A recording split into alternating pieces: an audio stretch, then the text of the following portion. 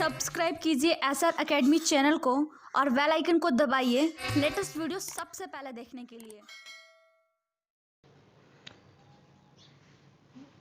Hello दोस्तों, स्वागत करता हूं आपके चैनल एसआर एकेडमी पर। आज हम चर्चा करते हैं 27 जुलाई के करंट अफेयर्स की, जिसमें पहला प्रश्न है UNEP United Nation Environment Programme और आईईई के ने शीतलन उत्सर्जन और नीति संश्लेषण पर रिपोर्ट जारी की है। अब क्या रिपोर्ट जारी की, इसकी चर्चा करते हैं।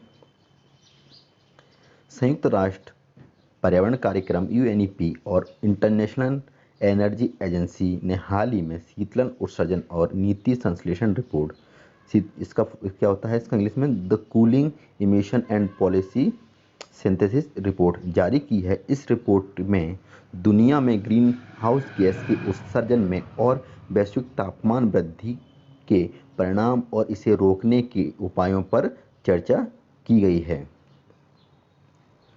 अब क्या इस रिपोर्ट में मुख्य बिंदु क्या थे, क्या मुख्य पॉइंट थे इस रिपोर्ट में? ये था कि इस रिपोर्ट में 2050 तक विश्व में कम से कम 14 मिलियन शीतलन उपकरणों की आवश्यकता होगी। शीतलन तात्पर्य यहाँ क्या हो गया, कूलिंग, जो कूलिंग करते हैं उसके ऊपर करें। वर्तमान में 3.6 बिलियन शीतलन उपकरण उपयोग में हैं। अत्यधिक शीतलन उपकरणों का उपयोग तापमान वृद्धि के महत्वपूर्ण योगदान देते हैं। क्या करते हैं शीतलन, जो एसी हुआ, तो क्या करते हैं, एसी उपयोग करते हैं तो कार्बन डाइऑक्साइड अधिक छोड़ते हैं, तो क्या करते हैं ये लोग, तापमान में क्या करते हैं, वृद्धि करते हैं। क्या है, जो एसी है, क्या है, गाड़ियाँ हुई, एसी गाड़ियाँ हुई, क्या करते हैं, तापमान को बढ़ाने में इनका महत्वपूर्ण योगदान होता है। जलवायु परिवर्तन में शीतलन की बढ़ती मांग का महत्वपूर्ण योगदान है। 2050 तक एयर कंडीशनर, एसी और प्रशीतन उत्सर्जन में 2017 के स्तर की तुलना में 90% बढ़ोतरी हो सकती है। एयर कंडीशनर हाइड्रोफ्लोरोकार्बन का उपयोग करते हैं जो ग्रीन हाउस गैस का उत्सर्जन करती हैं। इसमें किसका उपयोग होता है, इसमें HFC का उपयोग होता है, जिसके कारण क्या होता है, ग्रीन हाउस का उत्सर्जन होता है और जो तापमान है उसमें बढ़ाने में ये बहुत महत्वपूर्ण योगदान देते हैं, जिससे और कूलिंग जो है, कूलिंग को ऊर्जा दक्ष बनाकर 210 से 460 मिलियन टन कार्बन डाइऑक्साइड के बराबर उत्सर्जन को कम किया जाता है। इसमें क्या है, इसको कम किया जाता है, जो एसी इसको कम किया जाएगा और इससे क्या होगा, जो जो ऊर्जा होगी उत्पन्न, जो कार्बन डाइऑक्साइड होगी, तो उसका क्या है, उसके उत्सर्जन को कम किया जाएगा।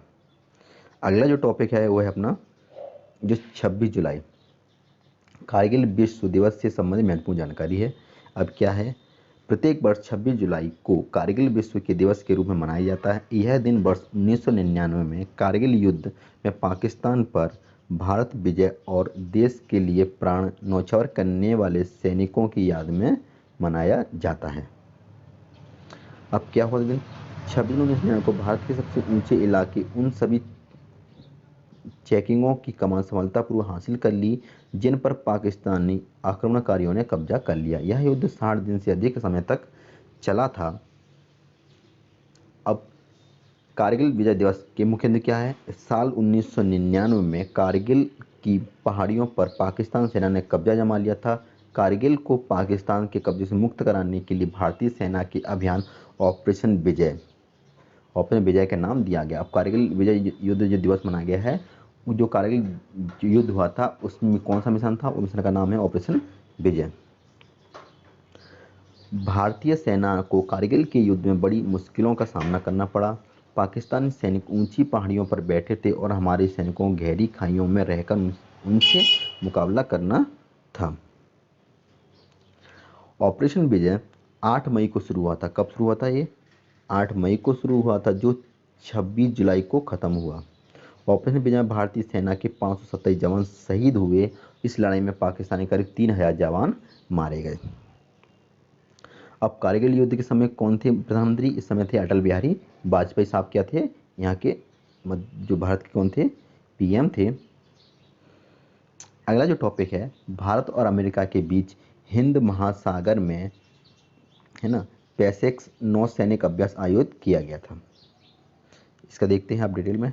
भारत और अमेरिका के बीच हाल ही में नौसैनिक अभ्यास पैसेक्स आयोजित किया गया था। इस अभ्यास का आयोजन हिंद महासागर में अंडमान निकोबार द्वीप समूह के पास किया गया था। इस अभ्यास को वायु रक्षा सहित प्रशिक्षण बेहतर तालमेल कायम रखने के लिए किया गया था। इसमें क्या है, इसको क्या कारण था इसको करने का, इसको कहाँ युद्ध किया गया, इसको किया था अंडमान और निकोबार द्वीप समूह पर किया गया था। इसका जो मुख्य बिंदु था क्या था, जो रक्षा सहित जो होते हैं रक्षा के उपकरण होते हैं उनका कैसे उपयोग किया जाए, इस पर ये डिजाइन किया गया था। इस अभ्यास में भारतीय सैनिकों नौसैनिक जहाज़ों में INS, अब कौन कौन से भारतीय जो नौसैनिक जहाज कौन से, INS Shivalik, INS Sahyadri, INS कोमार्ता और INS राणा शामिल थे। अमेरिका की ओर से अभ्यास में कैरियर USS निमित्ज और USA रोनाल्ड रीगन, दो अन्य अमेरिकी जहाज़ों ने हिस्सा लिया था। कैरियर USA निमित्ज अमेरिकी नौसेना में सबसे बड़ा विमान वाहक है। इस अभ्यास का आयोजन ऐसे समय किया गया जब भारत और चीन के बीच लद्दाख क्षेत्र में सीमाएं गतिरोध बना हुआ है और दक्षिण चीन महासागर में तनाव बढ़ता जा रहा है। अगला जो टॉपिक है वो है दक्षिण कोरिया ने अपना पहला सैन्य उपकरण एनासिस सेकंड का प्रक्षेपण किया है। इसका डिटेल देखते हैं। दक्षिण कोरिया ने हाल ही में अपना पहला सैन्य संचार उपकरण मिलिट्री कम्युनिकेशन सैटेलाइट एनासिस सेकंड का प्रक्षेपण किया है। इस प्रक्षेपण अमेरिका की निजी अंतरिक्ष कंपनी स्पेस एक्स ने फ्लोरिडा स्थित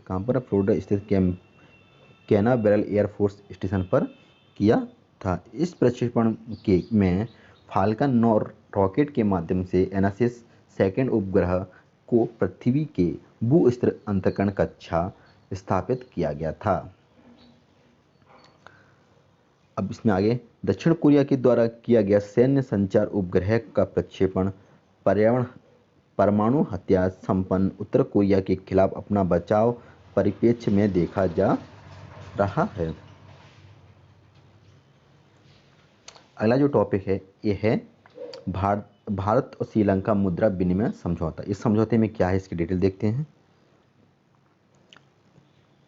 भारतीय रिजर्व बैंक RBI ने श्रीलंका के केंद्रीय बैंक के साथ $40 करोड़ की मुद्रा विनिमय समझौता पर हस्ताक्षर किए हैं। यह मुद्रा विनिमय व्यवस्था 22 नवंबर 2022 तक उपलब्ध रहेगी। भारत और श्रीलंका के बीच हाल ही में मुद्रा विनिमय समझौता हुआ है। इस समझौते दोनों पड़ोसी देशों के बीच आर्थिक समझौतों के उपायों पर विचार किया गया था। इसी के साथ यह करंट अफेयर्स समाप्त करता हूँ। इसको ज़्यादा से ज़्यादा शेयर करें, सब्सक्राइब करें। धन्यवाद। जय हिंद, जय भारत।